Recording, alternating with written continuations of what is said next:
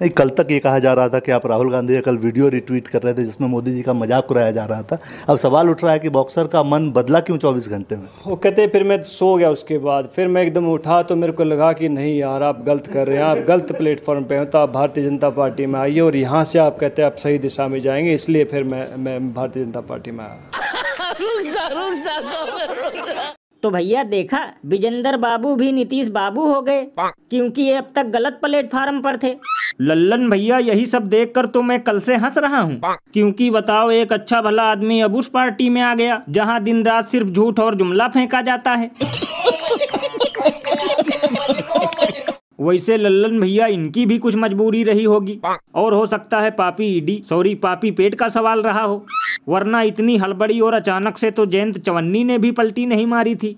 और लल्लन भैया कभी कभी तो मुझे लगता है कि इसमें भी नेहरू की कोई चाल है, क्योंकि आजकल डबल इंजन में सबसे ज्यादा विपक्षी घुसे जा रहे हैं, और कहीं ऐसा ना हो कि जैसे हो 400 पार वैसे ही ये लोग फिर हो जाएं नीतीश कुमार। ये बड़ी अच्छी बात कही आप। बताओ, कांग्रेस इन्हें मथुरा से बसंती के सामने मैदान में उतारने वाली थी, और दो हाथ करने के बजाय ये मैच से पहले ही मैदान छोड़कर भाजपा में आ गिरे। वैसे भैया ये सब देखकर मन में बस यही विचार आता है कि नेताओं का ना तो कोई धर्म है और ना ही शर्म है, क्योंकि लुढ़कने में तो इनके आगे थाली का बैगन भी फेल है। लल्लन भैया इसीलिए तो लोग घनघोर बेइज्जती करते हुए ये कहते हैं कि चुने चुनाए नेता बिक जाते हैं 25-50 खोखे में, और इन्हें चुनने वाले रह जाते हैं बस 5 किलो के धोखे में। और अभी तो रुको, क्लाइमैक्स अभी बाकी है। आप मुझे बताइए, भ्रष्टाचार हटना चाहिए कि नहीं हटना चाहिए? भ्रष्टाचार से मुक्ति मिलनी चाहिए कि नहीं मिलनी चाहिए? ओ कैमरा महाशय, इस ओर कर दो कैमरे को। Washing powder Modi, washing powder Modi, झूठ और फरेबी सब छुप जाए, संगीन आरोप भी चुटकी में मिट जाए, चोरों की पसंद मोदी, वॉशिंग पाउडर मोदी। तो भैया देखा, एक बार फिर विश्वगुरु का मोय मोय हो गया, क्योंकि ये जैसे ही भ्रष्टाचार और भ्रष्टाचारियों पर भाषण देते हैं वैसे ही लोग बीजेपी की वॉशिंग मशीन पेश कर देते हैं।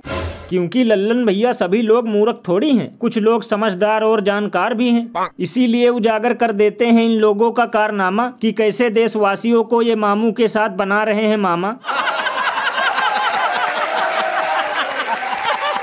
और लल्लन भैया इसीलिए तो बड़े बुजुर्गों ने भी कहा है कि जब खुद के घर शीशे के हों तो दूसरों के घर पर पत्थर नहीं मारना चाहिए, क्योंकि एक से बढ़कर एक धुरंधर भ्रष्टाचारी तो खुद इनकी पार्टी में भरे पड़े हैं, और कुछ को तो ये लोग पिसवाने वाले थे चक्की, जिनकी बाद में हो गई मंत्री पद की कुर्सी पक्की।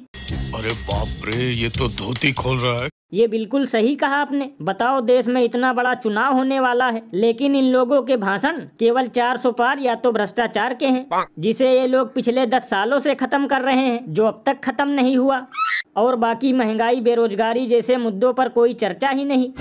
लल्लन भैया इसीलिए तो लोग घनघोर बेइज्जती करते हुए ये कहते हैं कि जो नेता भटकाए मुद्दा और बनाए उल्लू, उसे वोट के नाम पर दीजिए केवल बाबा जी का ठुल्लू।